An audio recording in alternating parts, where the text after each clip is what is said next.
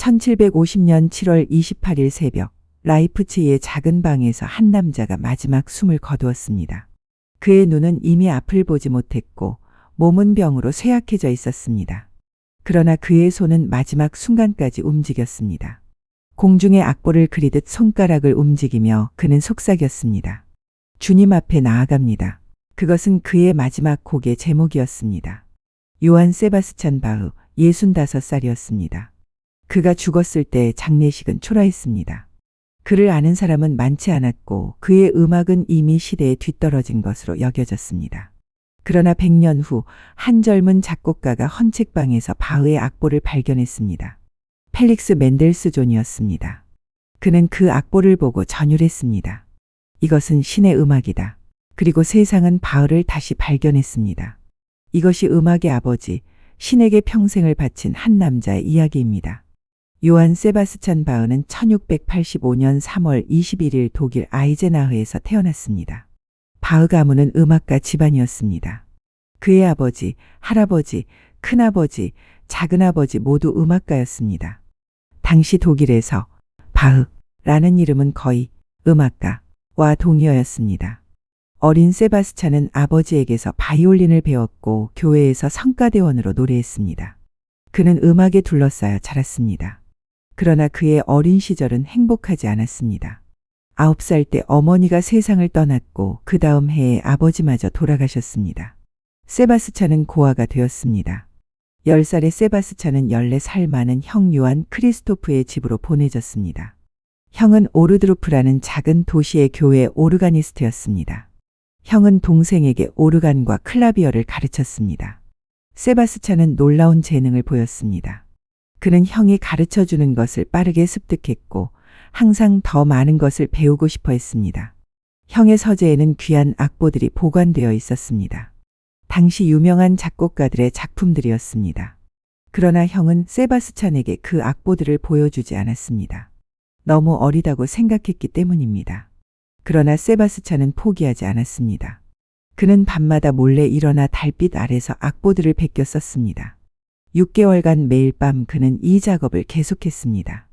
그러나 형이 이것을 발견하고 세바스찬이 베낀 악보를 빼앗아 버렸습니다. 세바스찬은 울었지만 이미 그 음악들은 그의 마음속에 새겨져 있었습니다. 15살이 되었을 때 세바스찬은 형의 집을 떠나 르네부르크의 성 미카엘 학교로 갔습니다. 그곳에서 그는 성가대원으로 노래하며 무료로 교육을 받을 수 있었습니다. 르네부르크는 세바스찬에게 새로운 세계를 열어주었습니다. 그곳에는 큰 도서관이 있었고 풍부한 음악 전통이 있었습니다. 세바스찬은 북독일의 오르간 음악을 접했고 프랑스와 이탈리아 음악도 배웠습니다. 그는 걸어서 수십 킬로미터를 가서 유명한 오르가니스트들의 연주를 들었습니다. 한 번은 함부르크까지 50킬로미터를 걸어가서 요한 아담 라인켄의 오르간 연주를 들었습니다. 세바스찬은 음악에 굶주려 있었고 모든 것을 흡수하고 싶어 했습니다. 1703년 18살의 바흐는 첫 직장을 얻었습니다. 바이마르의 궁정 음악가였습니다. 그러나 몇 개월 후 그는 아른슈타트의 새 교회 오르가니스트 자리로 옮겼습니다. 이것이 바흐의 본격적인 음악 경력의 시작이었습니다. 아른슈타트에서 바흐는 열정적으로 일했습니다. 그는 오르간을 연주하고 성가대를 지휘하고 작곡했습니다. 그러나 문제도 있었습니다. 바흐는 너무 혁신적이었습니다. 그의 오르간 연주는 너무 화려했고 그의 화음은 너무 복잡했습니다. 보수적인 교회 당국자들은 불평했습니다. 회중이 그의 반주에 맞춰 찬송가를 부르기 어렵다고 했습니다. 바흐는 또한 성가대원들과도 갈등이 있었습니다. 그는 완벽주의자였고 요구사항이 높았습니다. 성가대원들은 그가 너무 엄격하다고 불평했습니다. 1705년 20살의 바흐는 용감한 결정을 내렸습니다. 그는 르베크로 가서 위대한 오르가니스트 디트리 북스테우데를 만나기로 했습니다. 르베크는 아른슈타트에서 400km 이상 떨어져 있었습니다. 바흐는 걸어갔습니다. 그는 한 달간의 휴가를 받고 떠났습니다. 르베크에서 바흐는 북스테우데의 음악에 완전히 매료되었습니다. 그는 북스테우데의 연주를 듣고 그와 함께 음악에 대해 토론하고 그의 작품을 연구했습니다. 한 달이 지났지만 바흐는 돌아가지 않았습니다. 2달, 3달이 지났습니다. 결국 바흐는 넉 달 후에야 아른슈타트로 돌아왔습니다. 교회 당국은 분노했습니다. 왜 허락 없이 그렇게 오래 있었는가? 바흐는 대답했습니다. 배워야 할 것이 너무 많았습니다. 그들은 또한 물었습니다. 당신이 돌아온 후 오르간 반주에 이상한 변주들이 너무 많다. 회중을 혼란스럽게 한다. 바흐는 변명하지 않았습니다. 그는 자신의 음악이 옳다고 믿었습니다. 1707년 바흐는 아른슈타트를 떠나 미라우젠의 성 블라지우스 교회 오르가니스트가 되었습니다. 같은 해 그는 마리아 바르바라와 결혼했습니다. 마리아는 바흐의 먼 사촌이었고 둘은 어릴 때부터 알고 지냈습니다. 그들의 결혼은 행복했습니다. 마리아는 바흐를 이해했고 그의 음악을 사랑했습니다. 그들은 7 자녀를 낳았습니다. 그러나 미라우젠에서도 바흐는 오래 머물지 않았습니다. 교회 내부의 신학적 갈등 때문이었습니다. 바흐는 음악에만 집중하고 싶었지 신학 논쟁에 휘말리고 싶지 않았습니다. 1708년 바흐는 바이마르로 돌아왔습니다. 이번에는 궁정 오르가니스트이자 실내악 연주자로서였습니다. 바이마르 시기는 바흐의 인생에서 매우 생산적인 시기였습니다. 그는 수많은 오르간 작품을 작곡했습니다. 토카타와 푸가, 전주곡과 푸가, 코랄 전주곡들. 바흐의 오르간 음악은 기술적으로 놀라웠을 뿐만 아니라 영적으로도 깊었습니다. 그는 오르간을 단순한 악기가 아니라 신을 찬양하는 도구로 보았습니다. 그의 각 작품의 악보 상단에는 라고 적혀 있었습니다. 재주 주버, 예수여 도우소서. 그리고 작품의 끝에는 S, D, G, Soli Deo Gloria, 오직 신께 영광을 이라고 적혀 있었습니다. 이것은 단순한 습관이 아니었습니다. 이것은 바흐의 신념이었습니다. 모든 음악은 신의 영광을 위한 것이어야 한다고 그는 믿었습니다. 바이마르에서 바흐는 또한 많은 칸타타를 작곡했습니다. 칸타타는 성경 구절이나 코랄을 바탕으로 한 성악곡입니다. 바흐는 교회력에 따라 매주 새로운 칸타타를 작곡해야 했습니다. 이것은 엄청난 작업이었습니다. 그러나 바흐는 이것을 의무가 아니라 특권으로 여겼습니다. 그는 말했습니다. 음악의 목적은 신의 영광과 인간의 마음의 회복에 있다. 바흐의 칸타타들은 신학적으로 깊고 음악적으로 아름답습니다.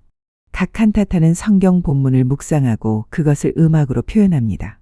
바흐는 음표로 설교했습니다. 1717년 바흐는 바이마르를 떠나려 했습니다. 쾌텐의 레오폴트 공이 그를 궁정악장으로 초청했기 때문입니다. 그러나 바이마르 공작은 바흐를 보내주고 싶지 않았습니다. 바흐가 떠나겠다고 고집하자 공작은 그를 감옥에 가두었습니다. 거의 한 달간 바흐는 감옥에 있었습니다. 그러나 이 시간도 바흐에게는 작곡의 시간이었습니다. 감옥에서 그는 평균율 클라비어 곡집 제안권의 일부를 작곡했다고 전해집니다.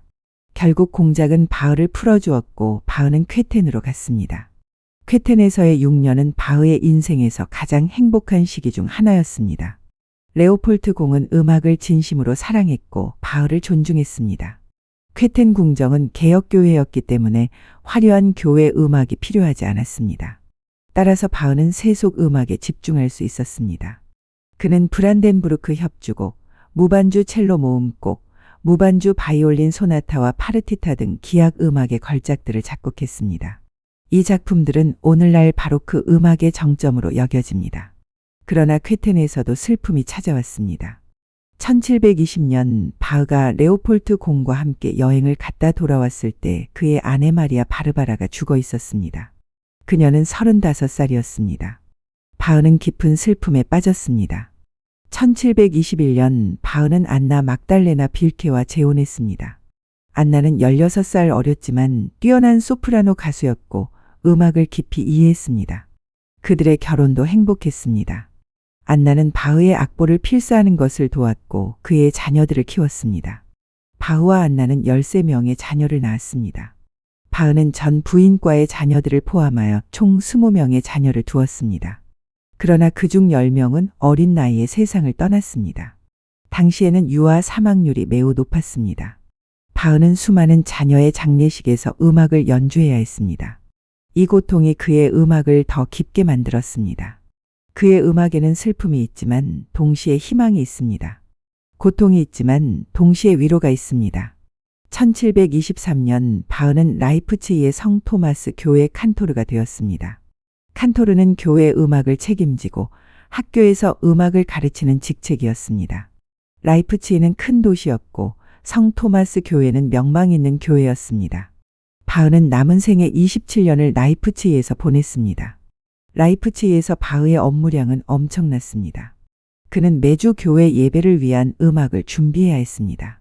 이것은 새로운 칸타타를 작곡하거나 기존 작품을 연주하는 것을 의미했습니다.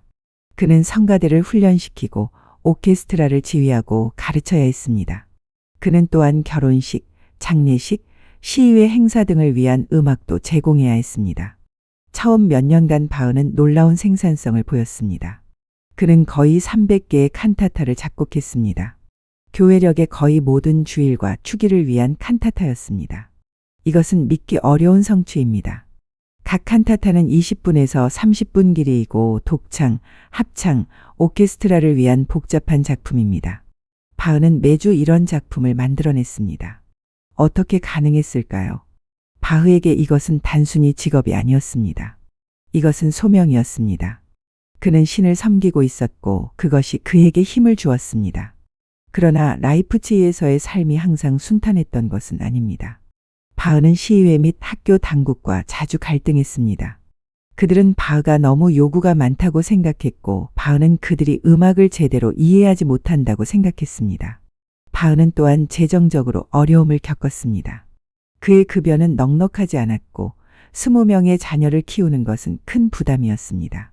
1724년부터 1727년 사이에 바흐는 그의 가장 위대한 작품 중 2개를 작곡했습니다.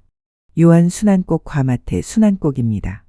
이 작품들은 예수 그리스도의 순환과 죽음을 음악으로 표현한 것입니다. 마태 순환곡은 특히 놀랍습니다. 이것은 3시간 가까이 지속되는 거대한 작품입니다. 2개의 합창단, 2개의 오케스트라, 여러 독창자들이 필요합니다. 음악은 마태복음의 순환 이야기를 따라가며 코랄, 아리아, 레치타티보가 교차됩니다. 음악은 예수의 고통을 표현하지만 동시에 그 고통의 의미를 묵상합니다.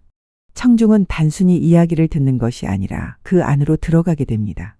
우리는 예수의 제자가 되고 그의 죽음을 목격하며 우리 자신의 죄를 깨닫게 됩니다. 마태 순환곡은 음악이 아니라 영적 경험입니다. 1730년대에 바흐는 새로운 방향으로 나아갔습니다. 그는 이제 교회 음악보다 기악 음악에 더 관심을 가졌습니다. 그는 라이프치히의 커피하우스에서 콜레기움 무지쿰을 지휘했습니다. 이것은 세속 음악을 연주하는 앙상블이었습니다. 바흐는 그들을 위해 하프시코드 협주곡, 관현악 모음곡 등을 작곡했습니다. 그는 또한 자신의 예술을 체계화하기 시작했습니다. 평균율 클라비어 곡집 제두권을 완성했습니다.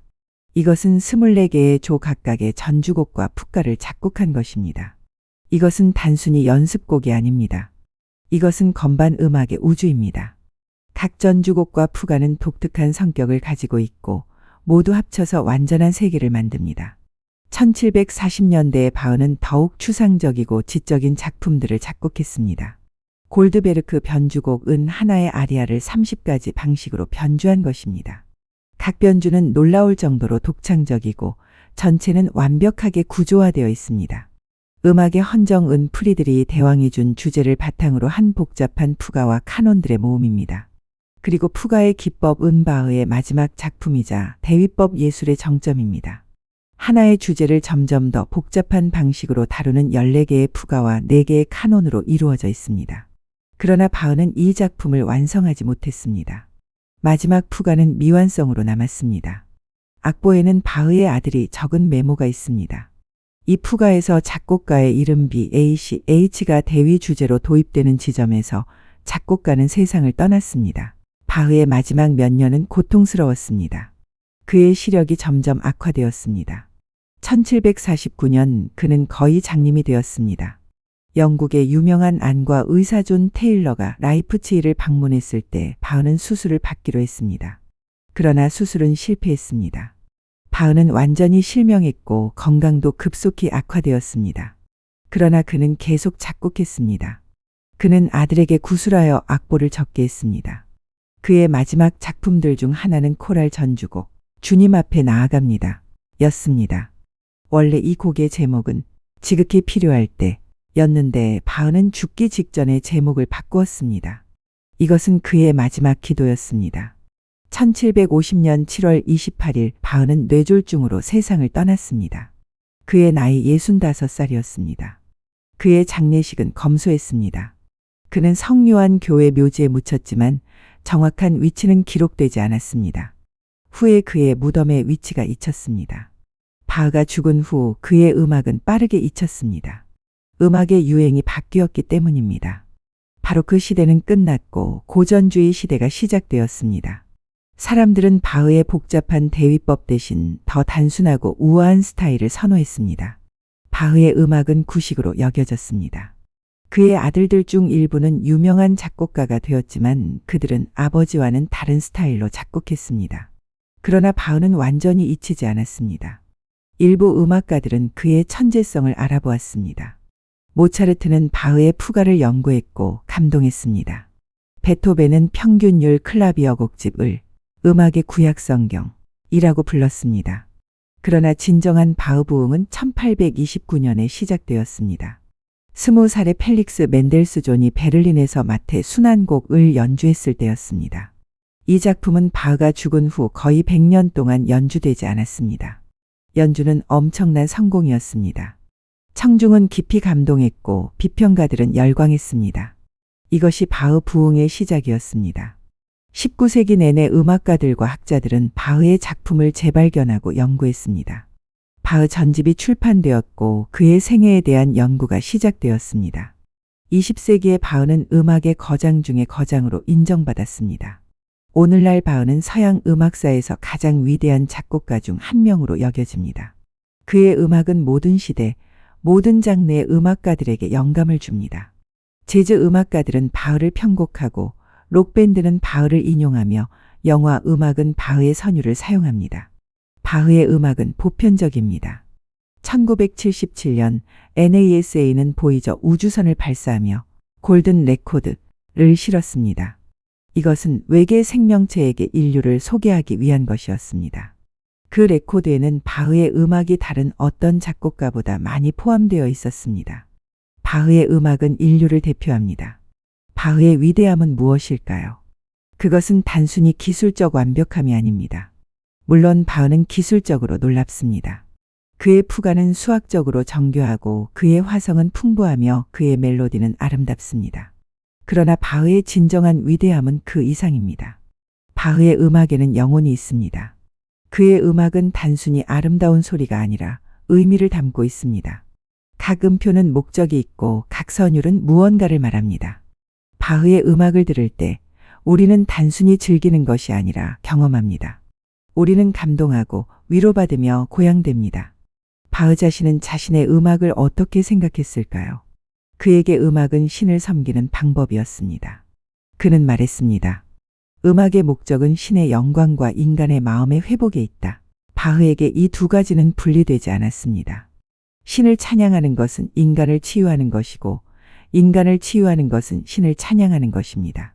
바흐는 또한 매우 겸손했습니다. 그는 자신의 재능을 신의 선물로 여겼습니다. 누군가 그의 놀라운 오르간 연주에 대해 칭찬하자 그는 대답했습니다. 거기에는 놀라울 것이 없습니다. 당신도 나만큼 연습한다면 똑같이 잘할 수 있습니다. 이것은 겸손의 표현이기도 하지만 동시에 바흐의 작업 윤리를 보여줍니다. 그는 천재였지만 게으르지 않았습니다. 그는 평생 열심히 일했습니다. 오늘날 우리는 바흐에게서 무엇을 배울 수 있을까요? 첫째, 헌신의 가치입니다. 바흐는 자신의 소명에 완전히 헌신했습니다. 그는 어려움에도 불구하고 인정받지 못해도 계속 작곡했습니다. 그는 자신이 하는 일을 사랑했고 그것이 중요하다고 믿었습니다. 둘째, 완벽을 추구하되 동시에 겸손한 태도입니다. 바흐는 자신의 작품에서 최고를 추구했지만 자신을 자랑하지 않았습니다. 그는 자신의 재능을 선물로 여겼고 그것을 책임감 있게 사용했습니다. 셋째, 고통 속에서도 아름다움을 창조하는 능력입니다. 바흐의 인생은 쉽지 않았습니다. 그는 가난, 질병, 자녀의 죽음, 갈등을 경험했습니다. 그러나 이 모든 고통이 그의 음악을 더 깊게 만들었습니다. 그의 음악에는 슬픔이 있지만 절망이 없습니다. 고통이 있지만 희망이 있습니다. 오늘 밤 조용한 시간을 내어 바흐의 음악을 들어보십시오. 지선상의 아리아든 토카타와 푸가 디단조든 아니면 단순한 코랄 전주곡이든 상관없습니다. 그냥 들으십시오. 음표들이 어떻게 서로 대화하는지, 선율이 어떻게 상승하고 하강하는지, 화음이 어떻게 긴장과 해소를 만드는지 주의를 기울이십시오. 그리고 느껴보십시오. 이 음악이 당신에게 무엇을 말하는지. 바흐는 300년 전에 세상을 떠났지만 그의 음악은 여전히 살아있습니다. 그것은 여전히 우리에게 말합니다. 그것은 우리에게 아름다움과 질서, 의미와 희망에 대해 말합니다. 바흐가 말했듯이 음악은 신이 인간에게 준 가장 순수한 언어입니다. 그리고 그 언어로 바흐는 오늘도 우리에게 말합니다. 다음 시간에도 인간의 내면을 비추는 또 한편의 지혜로 찾아뵙겠습니다. 구독과 좋아요는 이 철학의 여정을 이어가는 큰 힘이 됩니다. 오늘도 시청해 주셔서 감사합니다. 음악이 당신의 영혼을 어루만지는 밤 되시기 바랍니다.